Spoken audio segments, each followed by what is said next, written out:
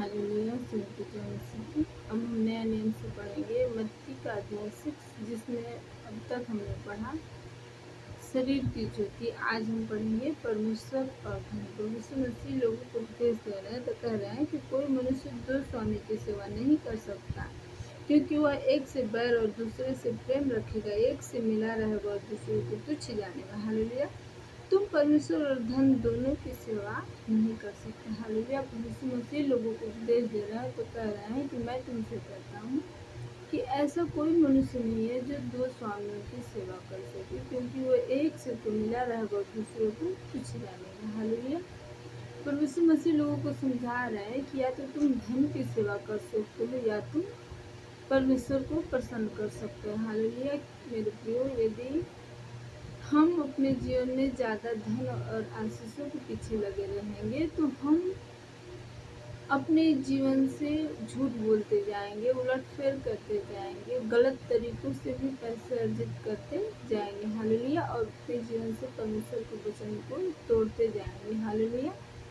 प्रभु मसीह आगे कहते हैं कि इसलिए मैं तुमसे कहता हूँ कि अपने प्राण के लिए चिंता न करना कि हम क्या खाएंगे और क्या पिएंगे, और न अपने शरीर के लिए कि क्या पहनेंगे। क्या प्राण भोजन से, शरीर वस्त्र से बढ़कर नहीं है। हालेलुया। प्रभु मसीह लोगों को कह रहे हैं कि इसलिए मैं तुमसे कहता हूँ कि तुम अपने प्राण की चिंता ना करना कि मैं क्या खाऊंगा या क्या पहनूंगा।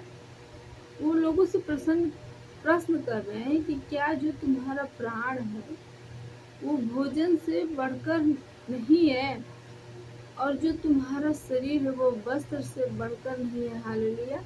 प्रभु मसीह लोगों को समझाना चाहते हैं कि जो तुम्हारे शरीर का निर्माण कर सकता है, जो तुम्हारे अंदर प्राण सांसें दे सकता है, जिसके द्वारा तुम अपने जीवन शैली को व्यतीत कर रहे हो, तो जो तुम्हें जीवित रहने के लिए अपनी जीवन दायनी सांसों को देता है, जो तुम्हारे शरीर को देता बनाता है, तो क्या तुम्हें उस जीवन को व्यतीत करने के लिए तुम्हें भोजन नहीं देगा जो तुम्हें शरीर दे सकता है, जो तुम्हारे अंगों का निर्माण कर सकता है? क्या उसके ढकने के लिए तुम्हें वस्त्र नहीं देगा? हालेलुया। मेरे प्रियो, हम अपने धन से, अपनी समझ के द्वारा हम एक मृत शरीर के अंदर प्राण नहीं डाल सकते। या हम कपड़े को तो खरीद सकते हैं, लेकिन एक हम नए शरीर का निर्माण नहीं कर सकते। हालेलुया। हमारा जो परमेश्वर है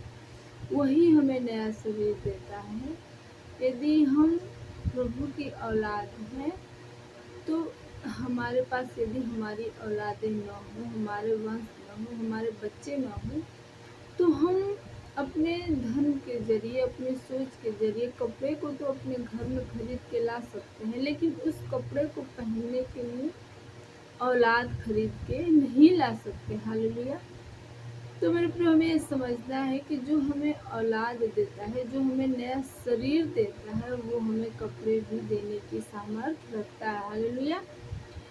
यदि हमारे पास कोई मरा हुआ व्यक्ति पड़ा है तो हम उसमें प्राण नहीं डाल सकते, तो जो हमें प्राण देता है, जो हमें सांसें देता है, वो हमें उस शरीर को जीवित रहने के लिए, बने रहने के लिए भोजन भी देगा। हालेलुया। आगे प्रभु यीशु मसीह कहते हैं कि आकाश के पंछियों को देखो, वे न बोते हैं, न काटते हैं, न खत्तों में बटोरते हैं, फिर भी तुम्हारा स्वर्ग पिता उन्हें खिलाता है। क्या तुम उससे अधिक मूल्य नहीं रखते? पर यीशु मसीह लोगों को कह रहे हैं कि तुम आकाश के पंछियों को देखो, वो न बोते हैं, न काटते हैं, न स्टोर में रखते हैं, फिर भी जो स्वर्ग पिता है, जो इस सृष्टि का रचयिता है, जिसने तुम्हें बनाया, पशु पंछियों को बनाया, वो उन्हें देता है। तो क्या तुम्हारा जो मूल्य है उनसे बढ़कर नहीं है? यानी उन पंछियों से बढ़कर तुम्हारा मूल्य नहीं है। तुम्हें तो परमेश्वर ने विवेक दिया है, ज्ञान दिया है, सोचने समझने की शक्ति दी है, जिनके अंदर न तो बुद्धि है, न विवेक है, न बोल सकते हैं, न अपनी भावनाओं को समझ सकते हैं, व्यक्त कर सकते हैं। वो प्रभु पे इतना निर्भर है कि वो अपने जीवन से अफोर्ड नहीं करते, प्रभु के ऊपर विश्वास करते हैं। तो तुम जो बुद्धिमान हो, तुम जो अपनी भावनाओं को समझते हो, तुम जो मेरे वचनों को समझते हो, तो तुम क्यों नहीं निर्भर रहते? तुम तो उनसे बढ़कर हो, मैंने तो तुम्हें उनसे श्रेष्ठ बनाया है। आगे वचन में प्रभु यीशु मसीह कहते हैं कि तुम में से कौन है जो चिंता करके अपनी आयु में एक घड़ी भी बढ़ा सकता है, और वस्त्र के लिए क्यों चिंता करते हो? जंगली शोषणों पर ध्यान करो कि वो कैसे बढ़ते हैं, न परिश्रम करते हैं न काटते हैं। प्रभु यीशु मसीह लोगों से सवाल कर रहे हैं कि तुम में से ऐसा कौन मनुष्य है जो चिंता करके अपनी उम्र की एक घड़ी बढ़ा सकता है। हालेलुया। तो जो तुम ये मामूली बातें नहीं कर सकते, तो तुम क्यों चिंता करते हो कि मैं क्या खाऊंगा, क्या पहनूंगा। हालेलुया।